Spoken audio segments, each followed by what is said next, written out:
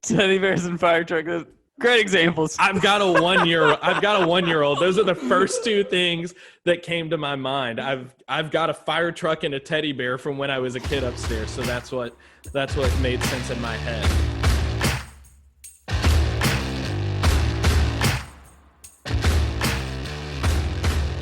Welcome to Goin In Tight. Freaking tight again. Comin Out Loose. Buddy. We did it, boys.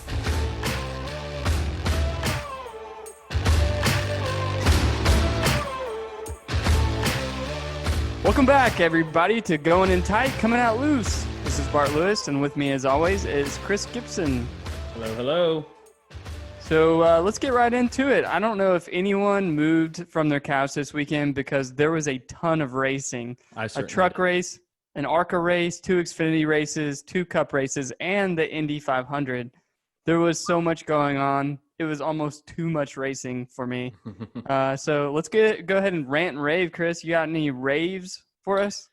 Yeah, I was really happy with Jimmie Johnson. It was one of those things where I was wondering where this has been for 3 years. These past 3 races, he has been the championship driver. He has had close calls that a rookie driver would never be able to miss. He's had some really competitive driving from the back of the pack all the way up to the front. And I watched that on that dashboard cam on the app, which is super, super cool. And it had me pumped up the whole time. So watching him navigate through traffic, that was championship Jimmie Johnson. The white paint scheme could have been used about, 25 races ago. And I'm a big fan of the white. Yeah, it's definitely sick. So I have to give kudos and rave about Jimmie Johnson. And then to the Dover track specialists, I want those guys to come to Independence, Kentucky and start working on the roads here.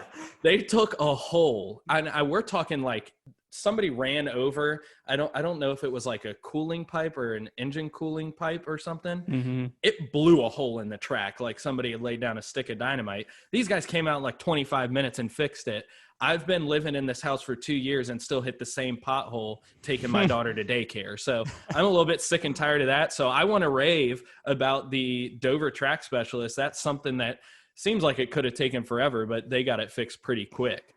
I got to say, every time – so I was listening to that portion of the race on MRN, headed to Lowe's to do some home improvement this weekend. And it's every time I'm listening to it on MRN, like something interesting that I've never seen before happens. Like Indy, the big wreck on pit road happened at the beginning of the race. And then so I'm driving down the road. It's like a red flag. I'm like, red flag? There was no wreck. I don't think it's raining. Like there's a hole in the track. The racing surface is coming apart.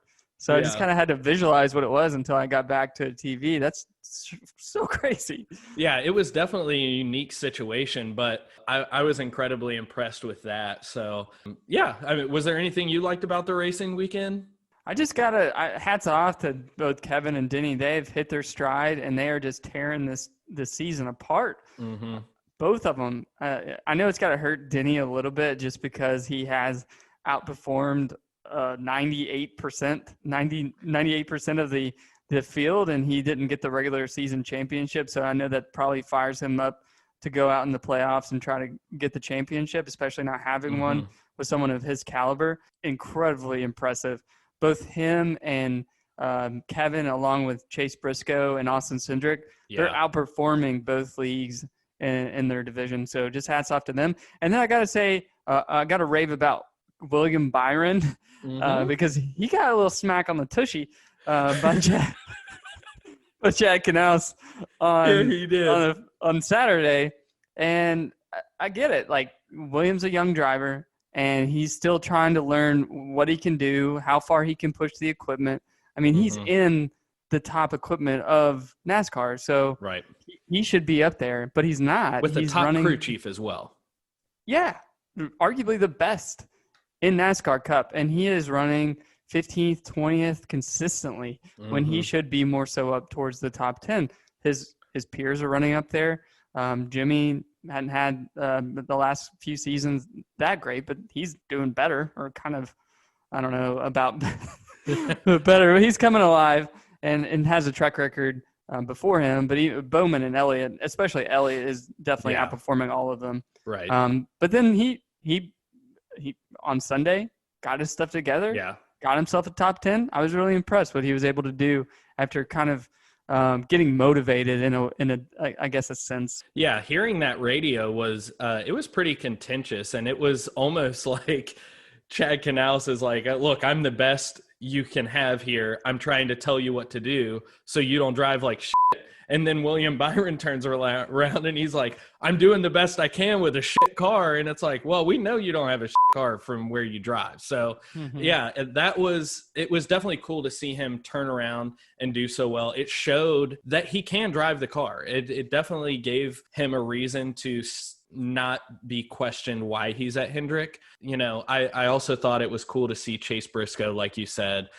He's now at 6. So going into the Xfinity playoffs, if he can crack off a couple of wins, he'll get to that magic 8 number that he says would get him into the Cup Series. I think 6 is pretty darn good. So both him and Austin Cindric have just absolutely dominated that series. So yeah, definitely cool to see. Is there anything that pissed you off about the weekend that didn't sit right with you? Yeah, let me just briefly say it because I don't want to continue to take up time talking about him on this podcast. But Quinn Houff, good God. Everyone's like, nice save, Quinn. He spun himself out. Like going down the backstretch, you can't get hey, heck yeah, buddy, nice save when you spin yourself out for no reason. And that's really all I got to say about that. Next, Ryan Preece. So I'm not sure exactly how I feel about this one, but we saw the video. Jimmie Johnson headed out of the corner and coming out of turn 4, and there's this small white dot, big white dot. Oh my God! Yeah. I mean, that car was going pit road speed like 50, 55 miles an hour, but 100 yards before pit road. Yeah, and he did the old Quinn Houff where he went from the top. Somebody probably called him in, and he came down to the bottom and just locked it down really fast. But he almost caused a bad wreck. I mean, I can't even imagine that. What comes to mind would have been like Eric Almirola at Kansas, where he broke his back kind of bad, where you're hitting a car going full speed when that car is basically not moving. Yeah. So not cool. But I will say, in Ryan Preece's defense, he's getting a lot of crap this year because he has not done that well. Right. And he finished last like 3 times in a row. And so that's what kind of put everybody shining the spotlight on them and saying, why is he here? He's not doing that great. And so I was just curious. I went and looked. He averaged 26 last year in average finish. This year, he's averaging 26. So he's not terrible. He didn't really have the greatest. He's had less. I think he's had around 50 or 60 Xfinity starts. He really did well in the Whelen Modified division. That's where he did well. But he's not showing the growth that everybody wants, I guess, is what you're saying. He had 2 wins in Xfinity. Right. Well, I'm saying in the Cup. He's kind of holding par with where he was the year before, not really showing. Well, that's kind of where I'm at. I'm on the fence on it. I think that JTG Dougherty is like a 20th to 25th team. Like that's where they're at. With Stenhouse, he's currently averaging 22nd. He hadn't had the best this season. He's had a few races where he's done really well. The team seems to do much better at super speedways. But on part of what the rest of the team and other drivers have been able to do, I don't think he's incredibly underperforming, but it already seems like people are ready to replace him, whether or not JTG Doherty is or not. So that's kind of, I don't know. I didn't like the pit road incident, but I feel like he is getting a lot of criticisms that maybe aren't warranted. So yeah, I agree. I want to rant about it, but I do feel bad for him. And then a couple more rants. I got him today. Cole Custer can test the next gen car, but we can't qualify and we can't practice. What's that about? Yeah, see, and I'm glad you brought that up because we're getting to a point in the season where it is becoming more apparent that qualifying is absolutely key in how these drivers prepare for a race. I'm not even asking for practice. Even some of the drivers, other than it seems like Kyle Busch and maybe a few others, have said that they don't need practice. But qualifying gives these drivers a chance to say, hey, there's a reason why I'm starting here. But you have a case where Jimmie gets up in 7th place and gets a top 10 finish.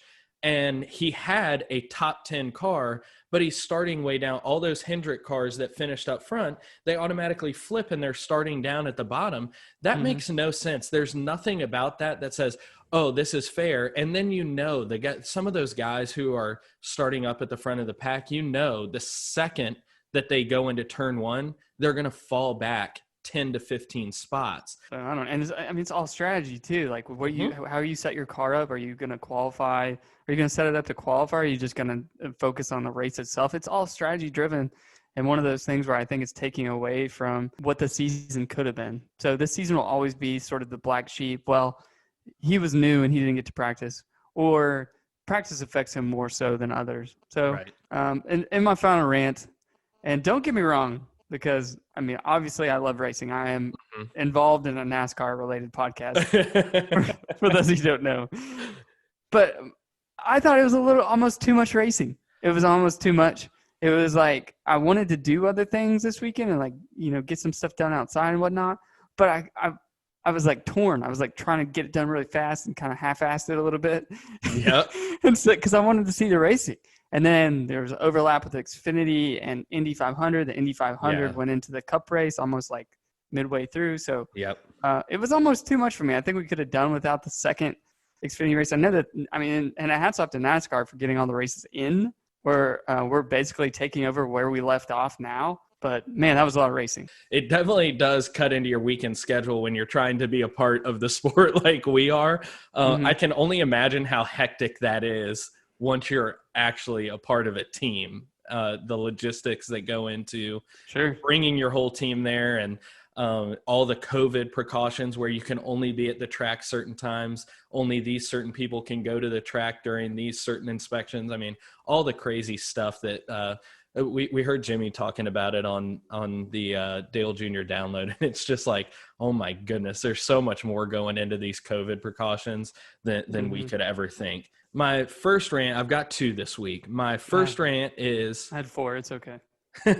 Yeah. My first rant is that we've got the same winners plaguing racing. This isn't just a NASCAR thing. We pick it up and we go over to Formula One, and it is the same. Yeah. Lewis Hamilton. And it's awesome. I'm not taking anything away from Kevin Harvick. I don't want to take anything away from Denny Hamlin.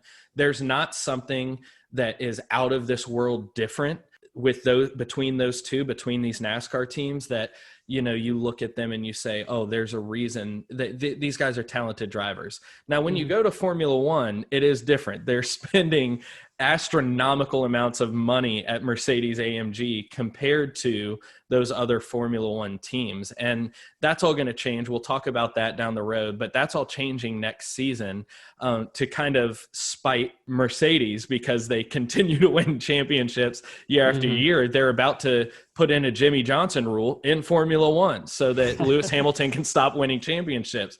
So I do think that that's something that, especially during a time when sports are just starting to come back, you want to get into a sport, and we've got tons of people asking us, who should we watch? And it's like, oh, well, go watch Ryan Blaney. Well, what about Denny Hamlin? He's the one winning. And it's like, yeah, that's kind of like going to start watching the New England Patriots and rooting for them in the middle of their dynastic run with Tom Brady. It's like we're getting to that point where it's monotonous to me. And at the end of the race, it's like, oh, okay, well, that happened again. Great. I don't want to take anything away from the winners because they're talented guys, but it does seem like this same top three, same top five is happening across all of motorsports. And my last rant is going to be Martin Truex and the JGR whine. Denny hasn't had much to whine about this season, but good Lord, it seems like anybody who picks up and goes over to JGR other than Eric Jones, because he is the silent child and is about to no longer be the child there anymore. So it's crazy to me how these guys could complain about anything. And no matter what goes wrong, it is never, you know what, that's my fault, I picked it up. Joey Logano was a perfect example this weekend. He said, it was completely on me, the wreck that happened with Ricky Stenhouse. I'm sorry about it. I didn't want his data in that way. It's my fault. Martin Truex comes out and complains that there's another racer who has been consistent this whole season, who has been getting top tens, and Eric Almirola comes out and tries to complain and downplay his racing ability when he has been a consistent driver this whole time, all because he is fighting for playoff position and fighting for playoff points. He doesn't have a win. I just can't get over that these JGR guys, anytime anything goes wrong, they whine and they point the finger rather than look and say, I'm going to pick myself up by my bootstraps. I'm going to look at my team. We're going to put our heads together and we're going to do better. That's all I have to say about that.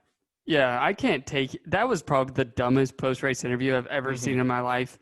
To be that depressed over a top 5 finish and second place finish, and to go to the extent of calling one of the people that he races against, who was very talented, an idiot because he wouldn't just bend over and let him pass him. It's racing. What do you think this is? That's the dumbest thing I've ever heard. And that definitely made me lose respect for Martin, because that's just, I mean, what do you think this is? This isn't you race for Joe Gibbs, you're going to dominate and everyone's just going to allow you to do that easily. No, you have to fight for it. You have to work for it. He's not going to let you by. So figure out how to get by him. And it's a guy who's in a contract year. It's a guy who's in a contract year who has solidified a spot in the playoffs. And now he's trying to make sure that he doesn't lose points. I mean, we've seen Matt DiBenedetto take an absolute throbbing from everybody else and drop in the points. And we've seen William Byron drop in the points to where everything's up in the air for those guys. All Almirola is trying to do is maintain playoff standing. He's been a consistent driver. I really liked Martin Truex when he was driving for Furniture Row. I am just at the point where I'm like, what happens when these guys pick up and go to JGR, that they become entitled to whatever position it is on the track? Because I truly believe that he would have complained if he was in 20th place or in 21st place and somebody didn't let him by because he would have started on the pole on Sunday with the reverse flip thing. Like, they could find anything and they whine about it. So that's my rant. Everybody probably thinks that we all hate Joe Gibbs. I have ton of respect for Joe Gibbs. He's consistently putting together winning teams. I don't know what happened with the drivers where they all complain and whine all the time. You just don't see it from the other premier teams. So that's my last rant there. I agree. Yeah, but overall, it was great racing in Dover. I did like all the races. It was a good weekend. I'd take a double header there again. Double.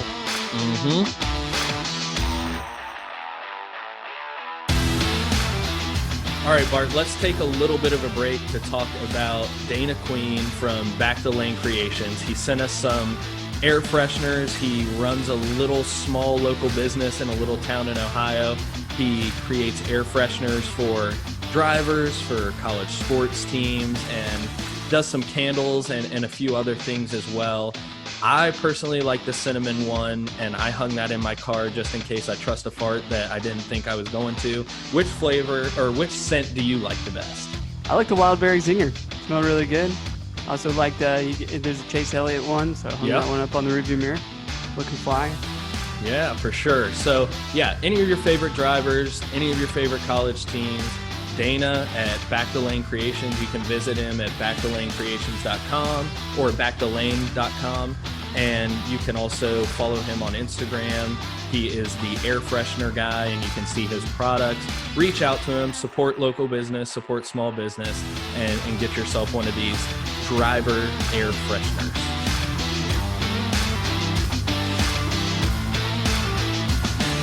True or false?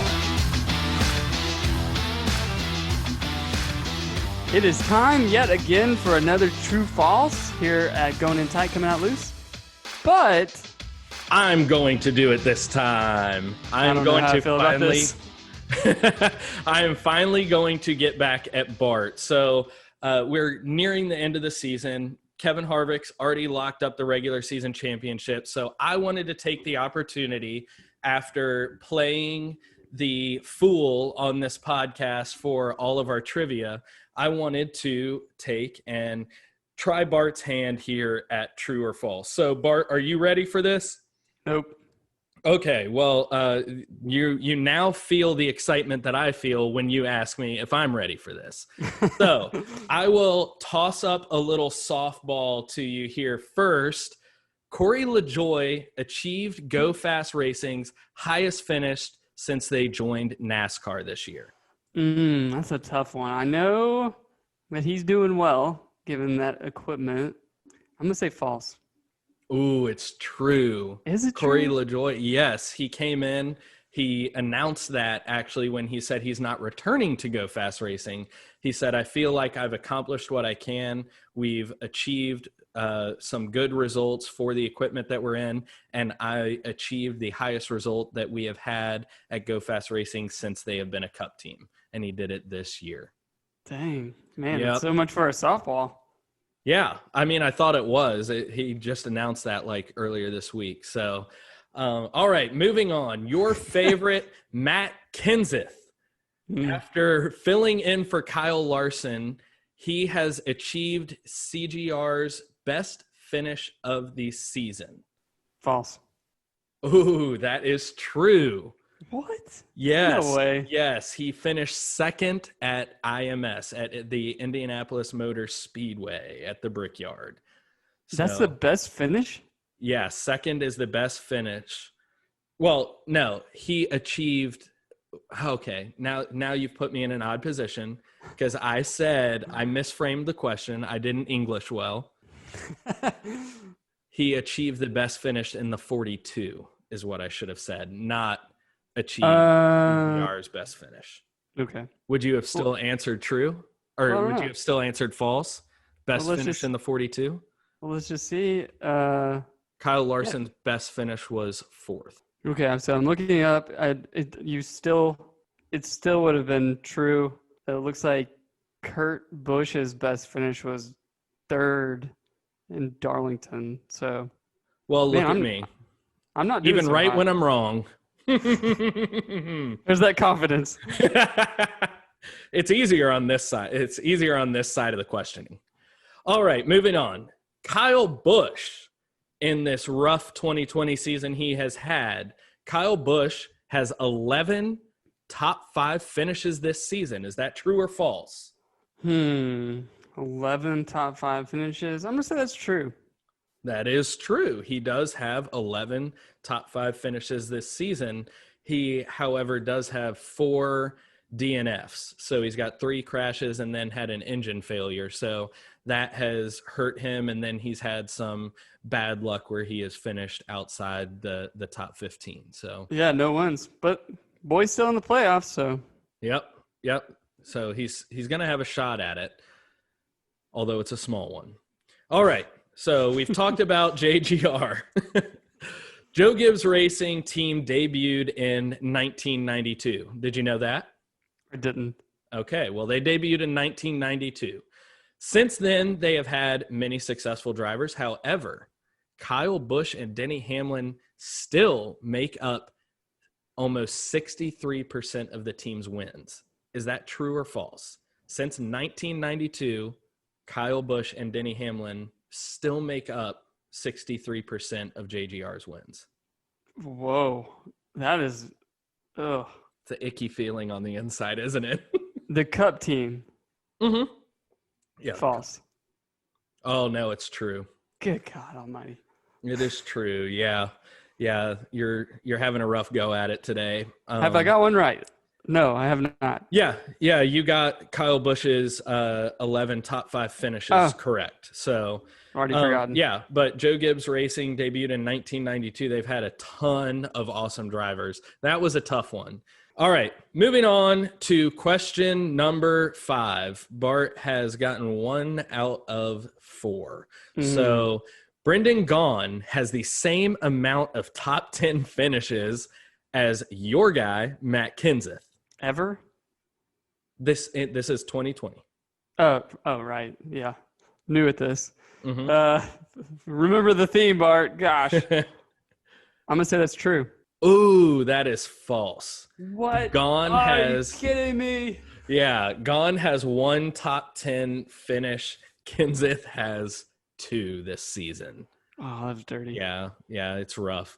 Moving on to question number 6. Jimmie Johnson has more top 10s than William Byron. I feel like they're about probably the same. False. Oh, wow. That's correct. It is false. They are both tied with 8. You caught me. You caught me. You caught me. Wow. I said they're about the same. Yeah, you did. You did. You caught me. I don't know if you were looking at my face, but I grinned from ear to ear when you caught me in it, and I was hoping you wouldn't follow through on it. All righty. Chase Elliott, this is question number 7. Chase Elliott, your favorite driver, has finished outside the top 10 in over 50% of this year's races. True or false? So, yeah. He's had 2 wins, but he has Correct. had a lot of bad races. So 3 if you count the All-Star race. that's true. I'm going to say that's true. Ooh, that is false.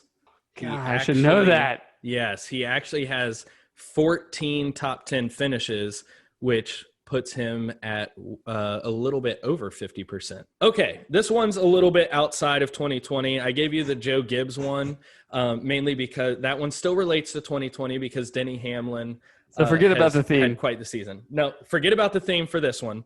Tony Stewart drove for Rick Hendrick one time in the Xfinity Series, and he finished dead last.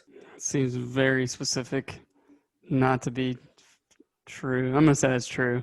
Ooh, that is false. What are you just making this? He finished dead first. Oh, He okay. raced for Rick Hendrick. Tony Stewart raced for Rick Hendrick one time in 2009 in the Xfinity Series. I don't know if he was filling in. I didn't do my research back that far. I figured I could stump you with this one, but raced for him one time, and he got a win. So question number 9. Death Wish Coffee was a sponsor of a car in 2020. Death Wish Coffee? Yes. Oh, man. I know. What is it? Black Rifle? No Gregson's? Yeah. I want to say I saw another coffee car. That's true. That is true. That is true. Death Wish Coffee did sponsor. Don't tell me. Is it John Hunter Nemechek? Yes. Oh, yeah. Wow. Oh, my goodness. Making up for him. Okay. Nice. So you've gotten 3 correct. 3 correct. So Oh, that's bad. if we stopped right now, you would have a 30% in class. So the last question, and it wouldn't be Going In Tight, Comin Out Loose podcast without bringing Quinn Houff into things. Quinn Houff is currently ranked higher than Daniel Suarez. Question 10, is it true or false? So I am the one who made the I made the meme where at this point, like 3 races ago, Kyle Larson had more points than Quinn Houff. So I'm going to say false. Oh, it is false. He is actually 2 spots behind. Oh, all right. Well, So I got 4 right. correct. So Yeah, 40% on your first go around of true false. I don't like that. Now I know why I'm on the other side of this. I think we Yeah. should just keep it that way. Yeah, no, I do like, because you laugh at me and it makes me laugh. So maybe we can go back and forth a little bit more often, but I'm glad I got to put you on the receiving end of this top tier knowledge. Yeah, apparently I need to pay more attention in class.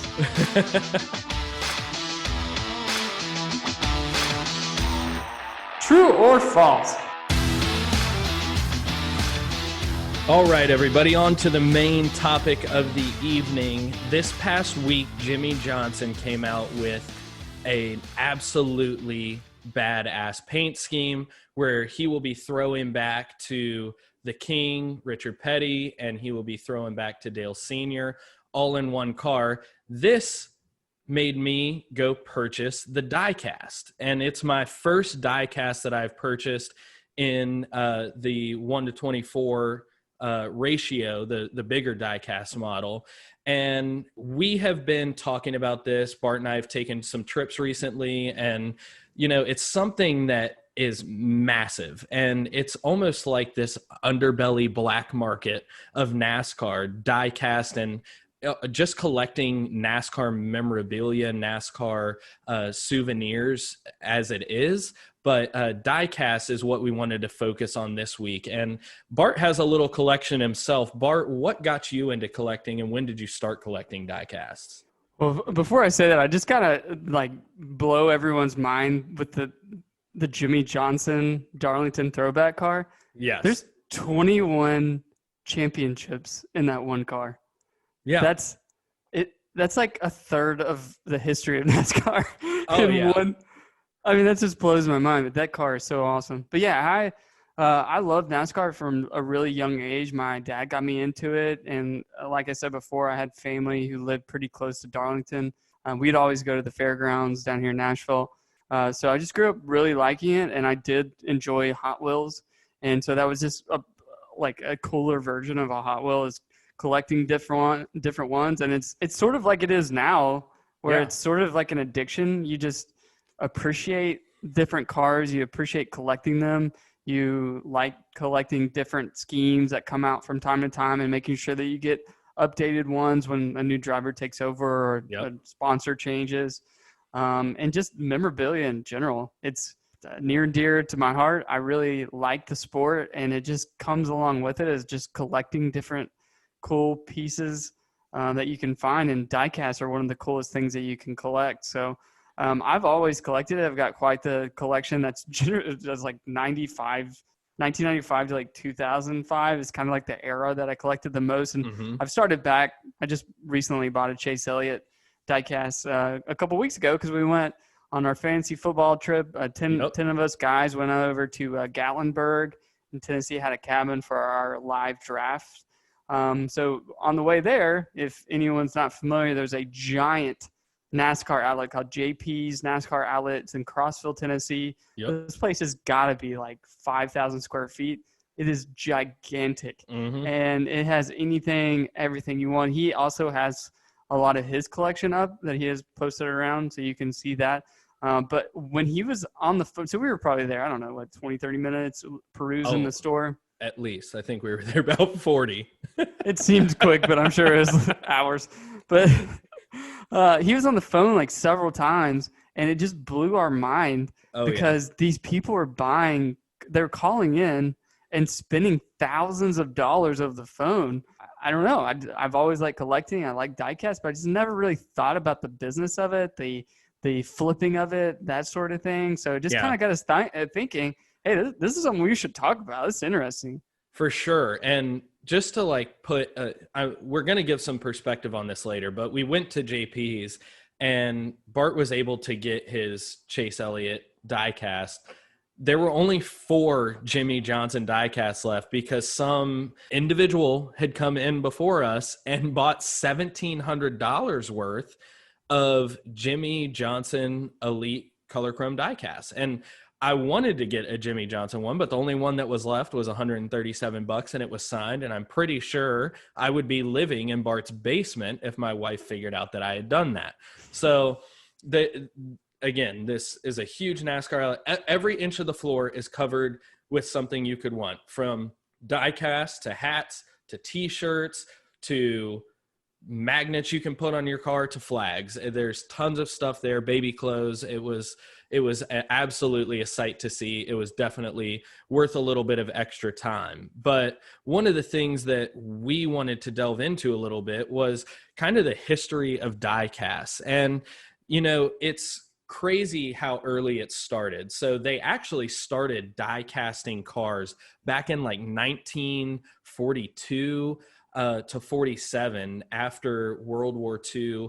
And they were building anywhere from like models, and these were the most basic models. They weren't even as intricate as a Hot Wheel.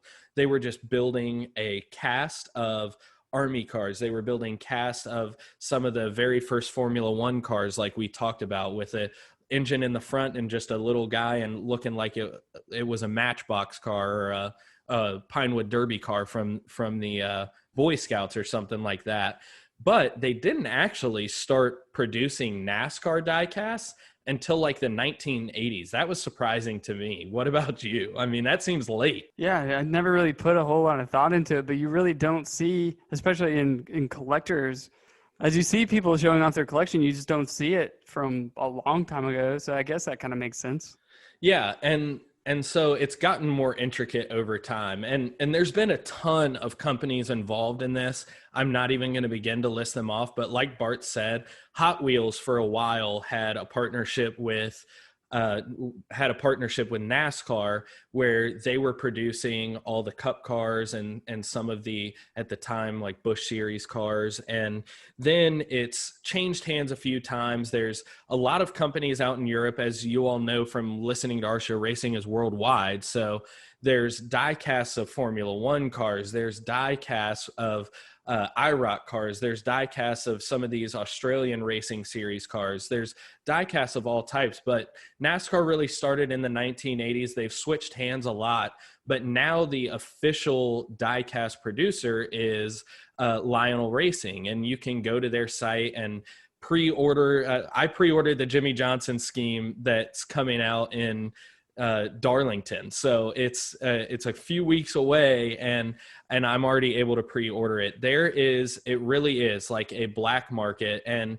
while Lionel Racing is one of the places where you can get these things, there's a lot more, and these collections that people have, Bart, are so extensive. So I want you to just take a thought and think of who you probably think is like the most sought after or the most expensive diecast car that's sitting out there right now. Right now, it's got to be one of the Earnhardts, either junior or senior.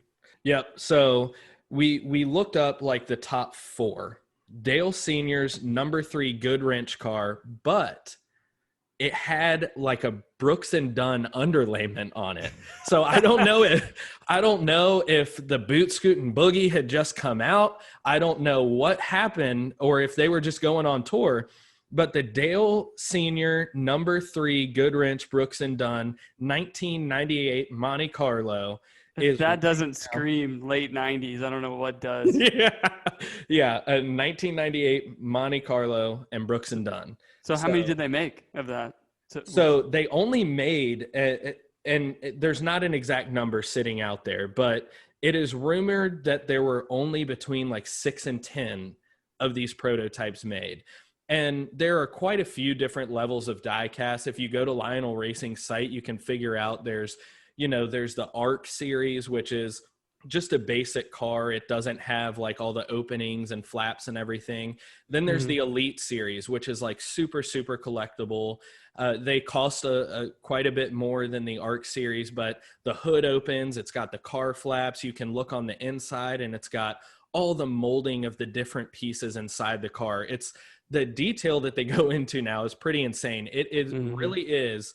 They've taken the big car and they have put it down into something that is, 6 or 7 inches long. So, they made put it in the right hands with the train people. I mean, Lionel is making the trains that they make are crazy detailed. So yeah.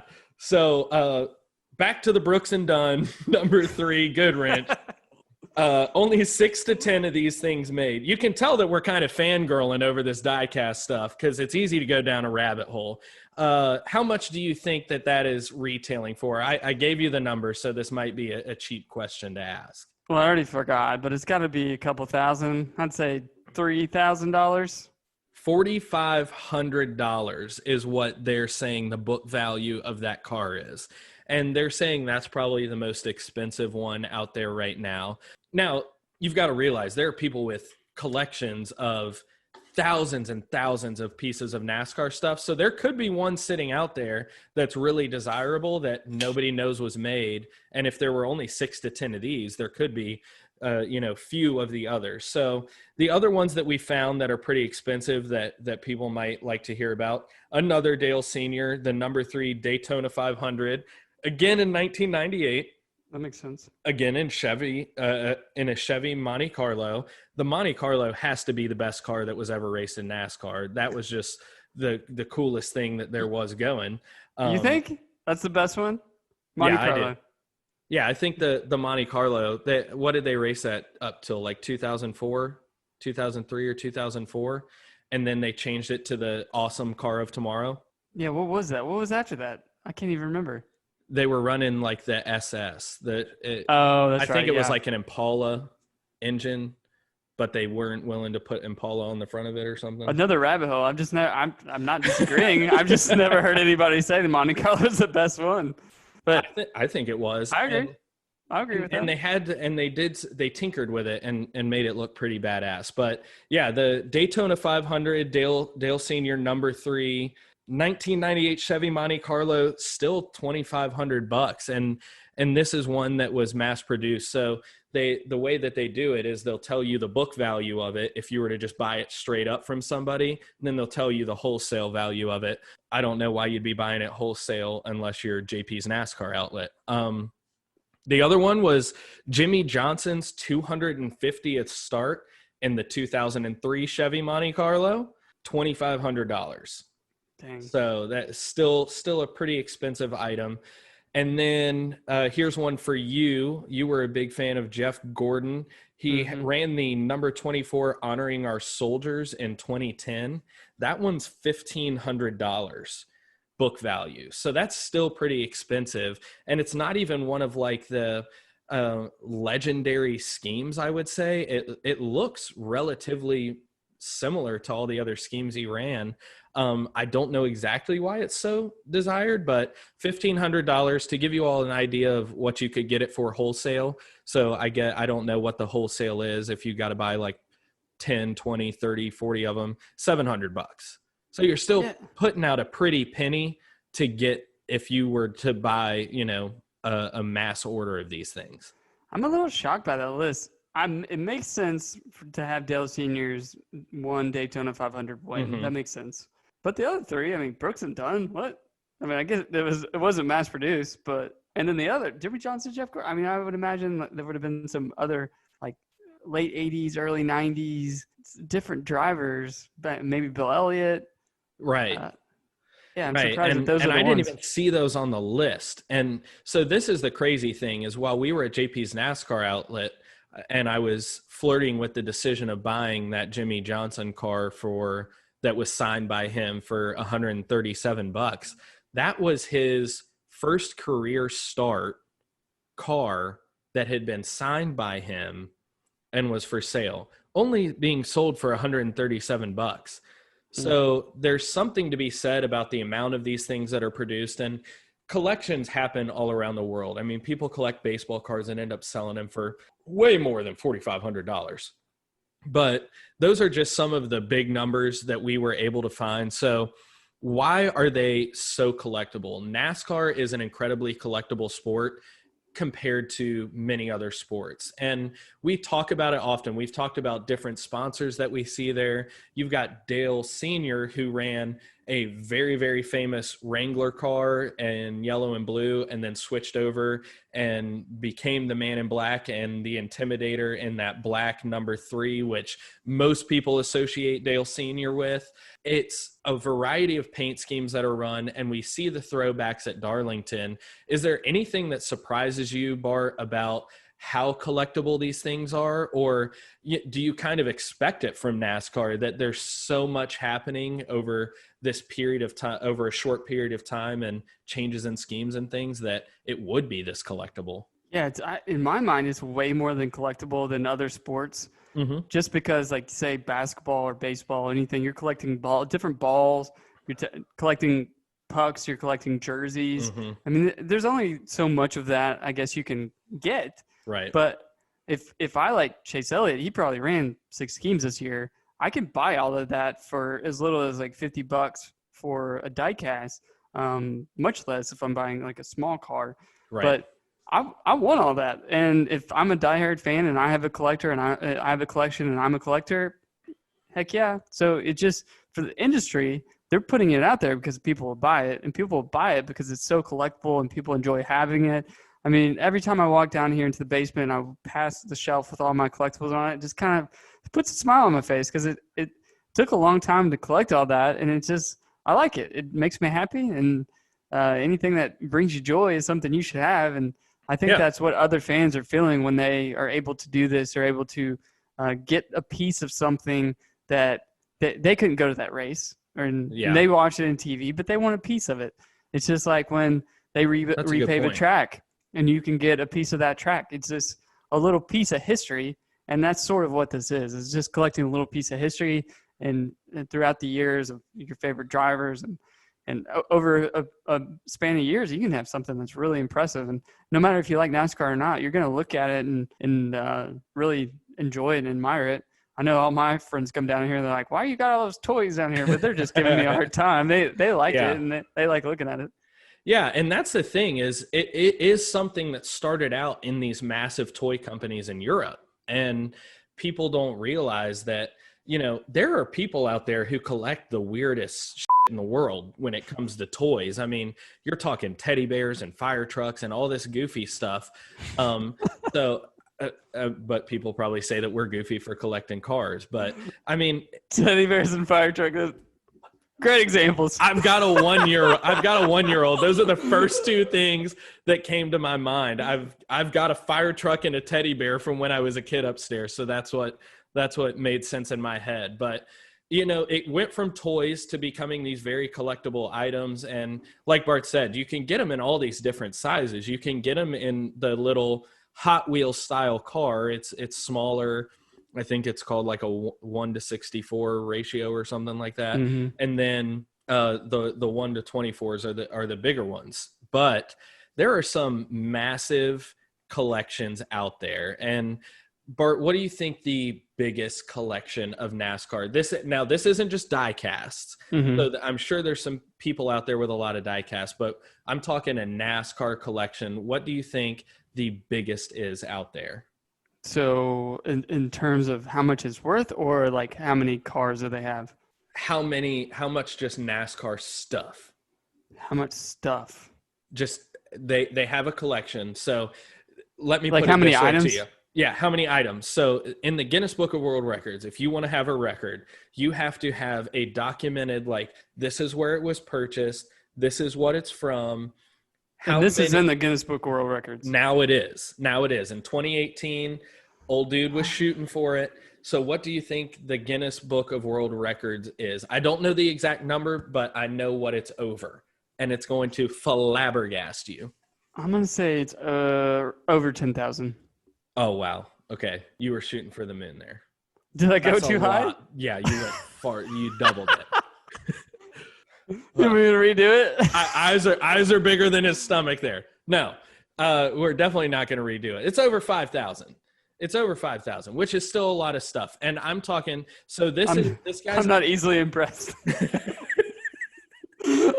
Well, when you hear some of the stuff old dude has. So this guy's name is Bubba Carter, and he lives in Mechanicsville, Virginia. I've got the article. We'll share it on our Twitter and social media so you guys can go read this. They've got pictures of it, but short end of the story is him and his wife, they were looking to move. They went to Mechanicsville, Virginia, because the house had a 2-car garage. He said, we can move into it, because he built his own go-karts and he needed a place to store all his NASCAR stuff.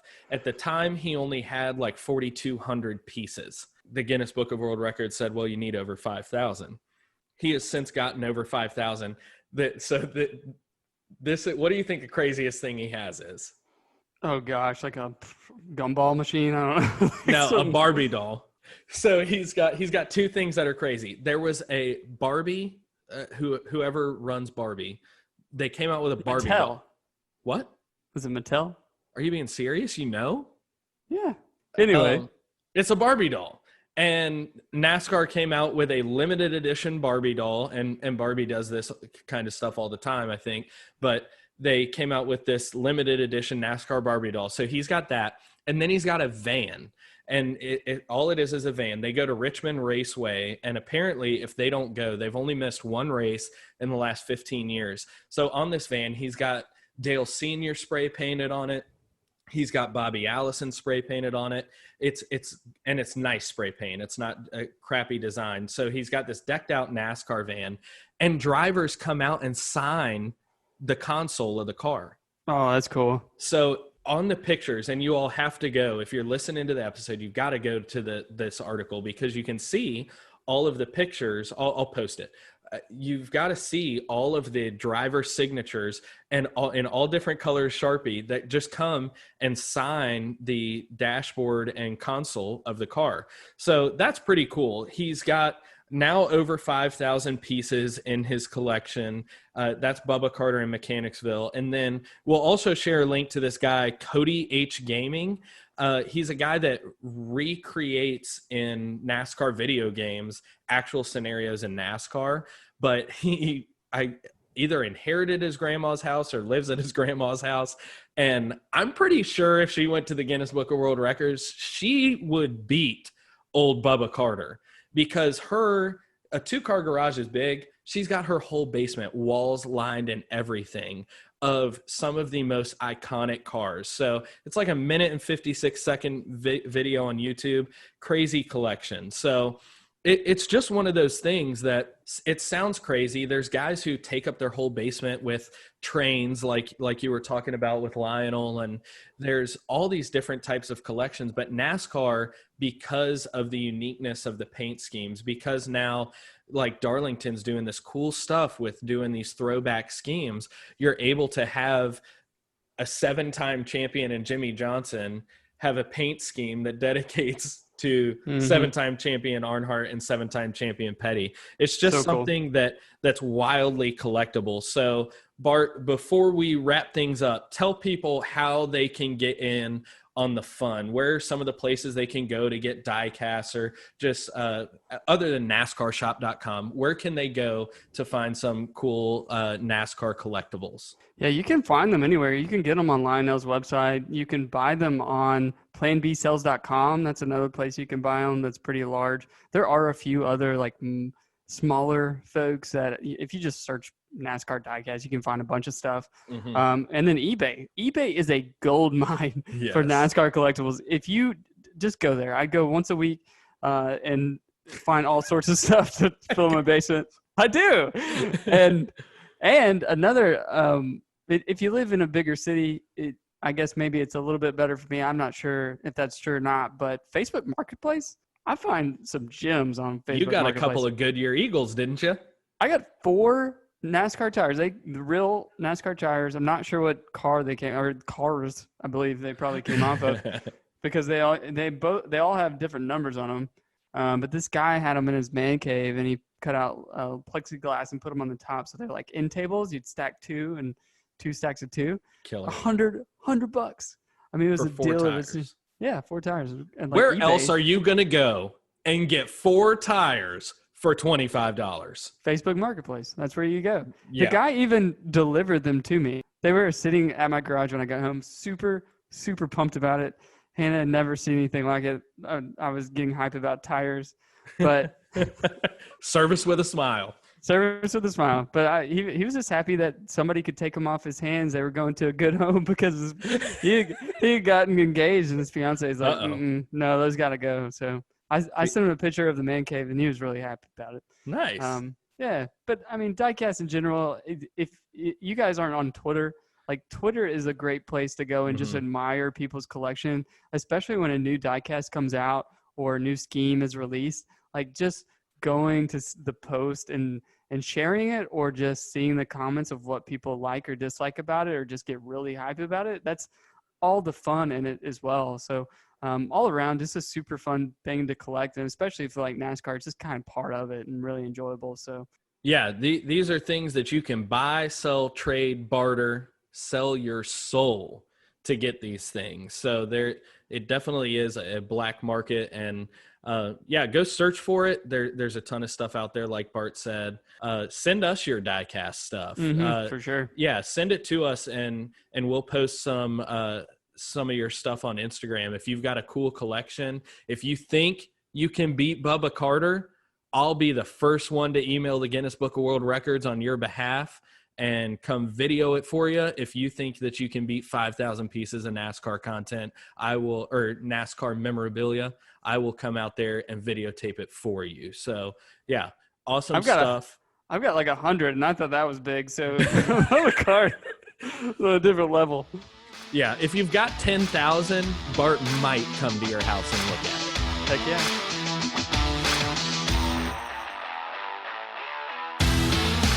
All right, everybody. I don't know if you can tell if I am giddy or not, but there was one final race in the regular season, and it is just not any normal race. It is Daytona night race, the best race of the year, in my opinion. I love it so much, and anything goes. You have no idea what's going to happen.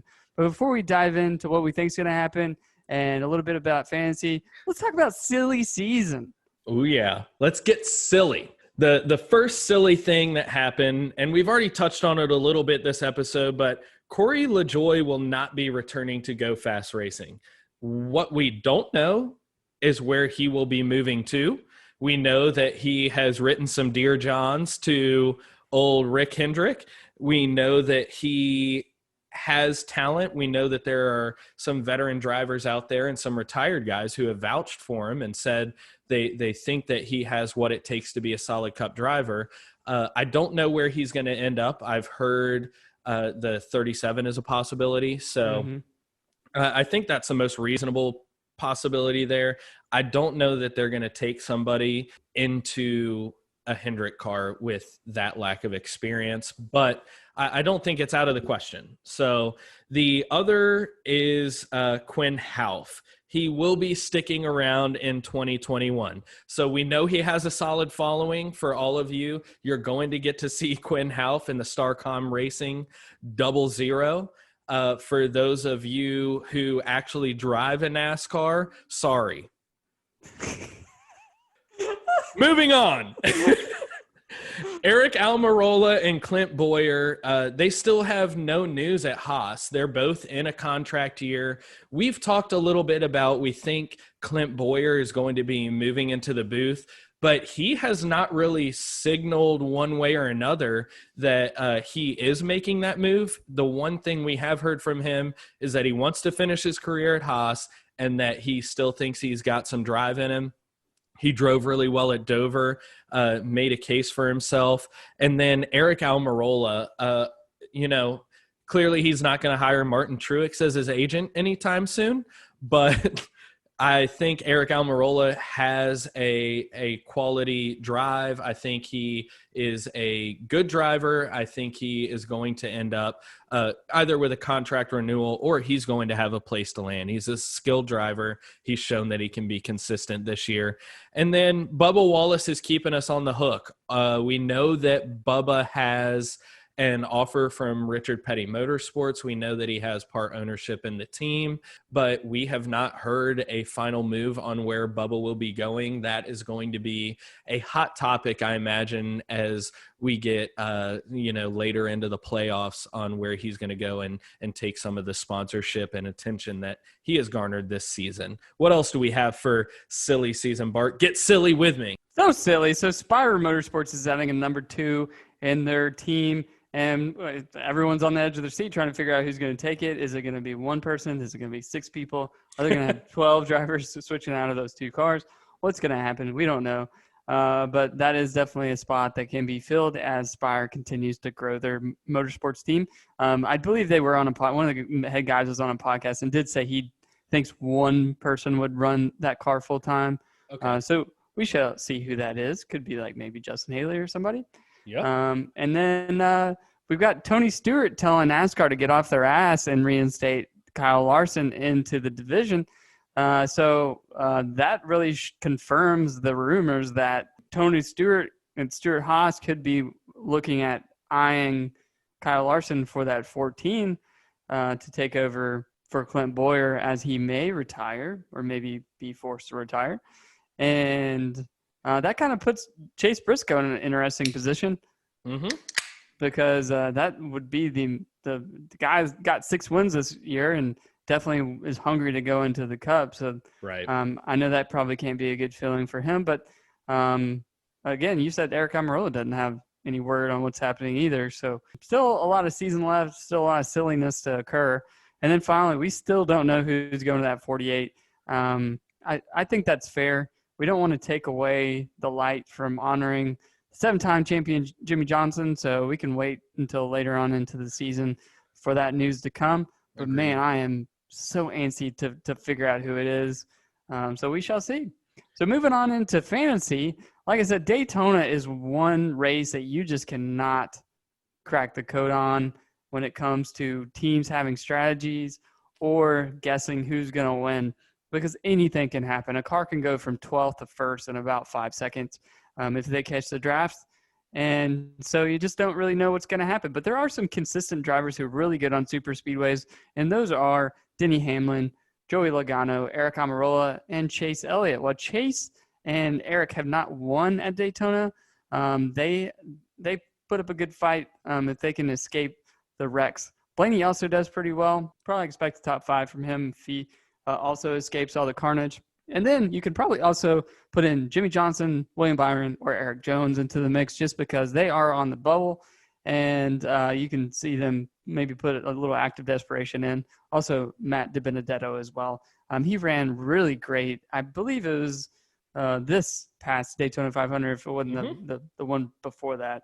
Other considerations, Ryan Newman is historically really good at super speedways, specifically Daytona. I do have my worry that he'll be up there in the front taking risks, given the fact that the last time he was here, he got carried out by an ambulance. And honestly, we all thought that was the end of Ryan Newman because that was the worst wreck we've ever seen in our lives.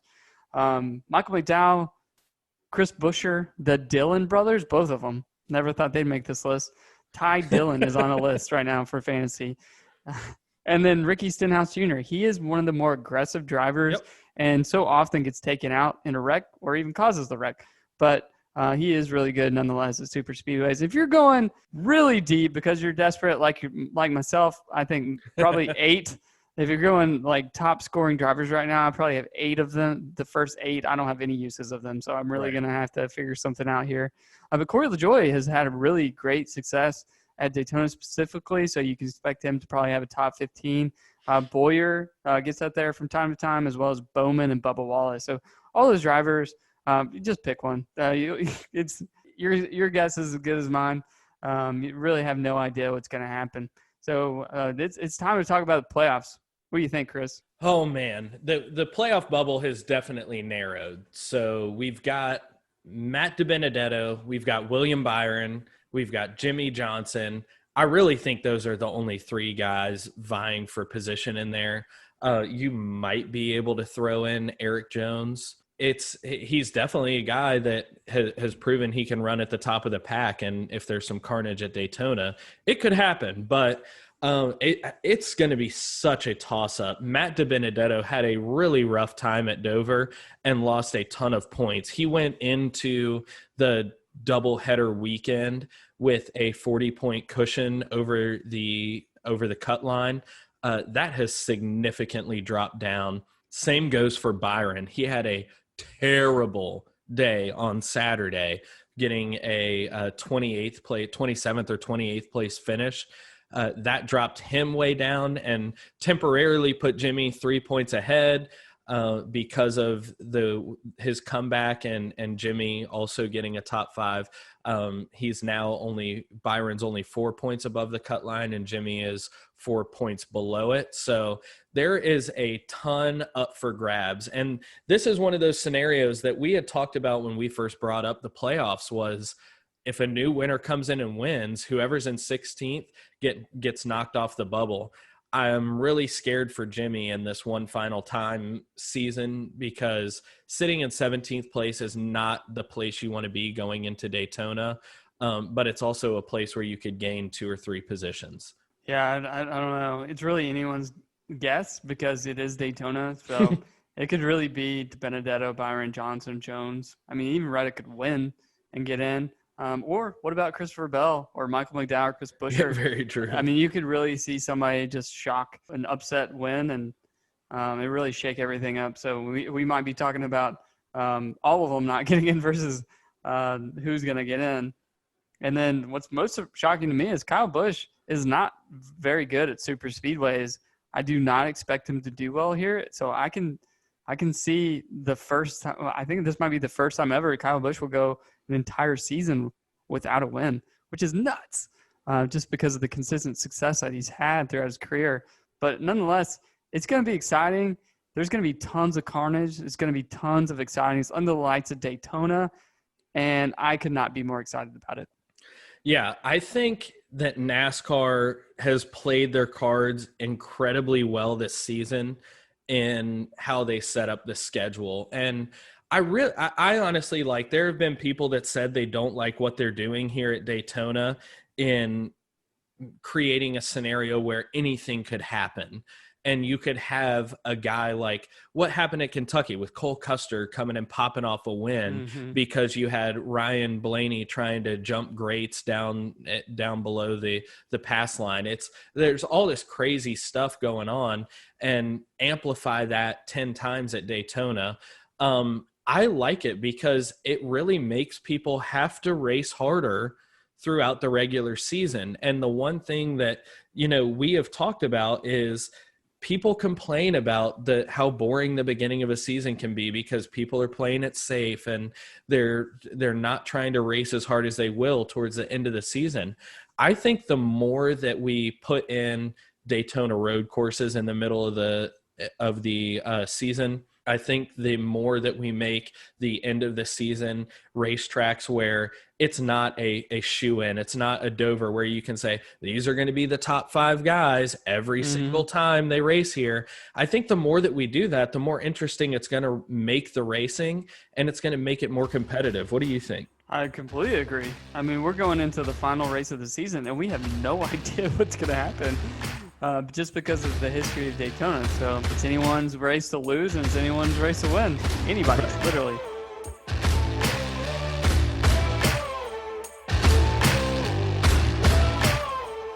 All right, everybody, that's all we have for you today on Goin In Tight, Comin Out Loose. We thank you for tuning in to episode 12. As always, you can find us on any major podcasting platform, Google, Apple, Spotify, any of them that you choose to listen on. You can also find some of our articles on goinintightpodcast.com. That is also where you will find Bart's fantasy forecast and be able to set your fantasy lineup. So make sure you go check that out before you're setting things as we go into the final race of the regular season and the playoffs. We look forward to talking to you all next week. We appreciate it.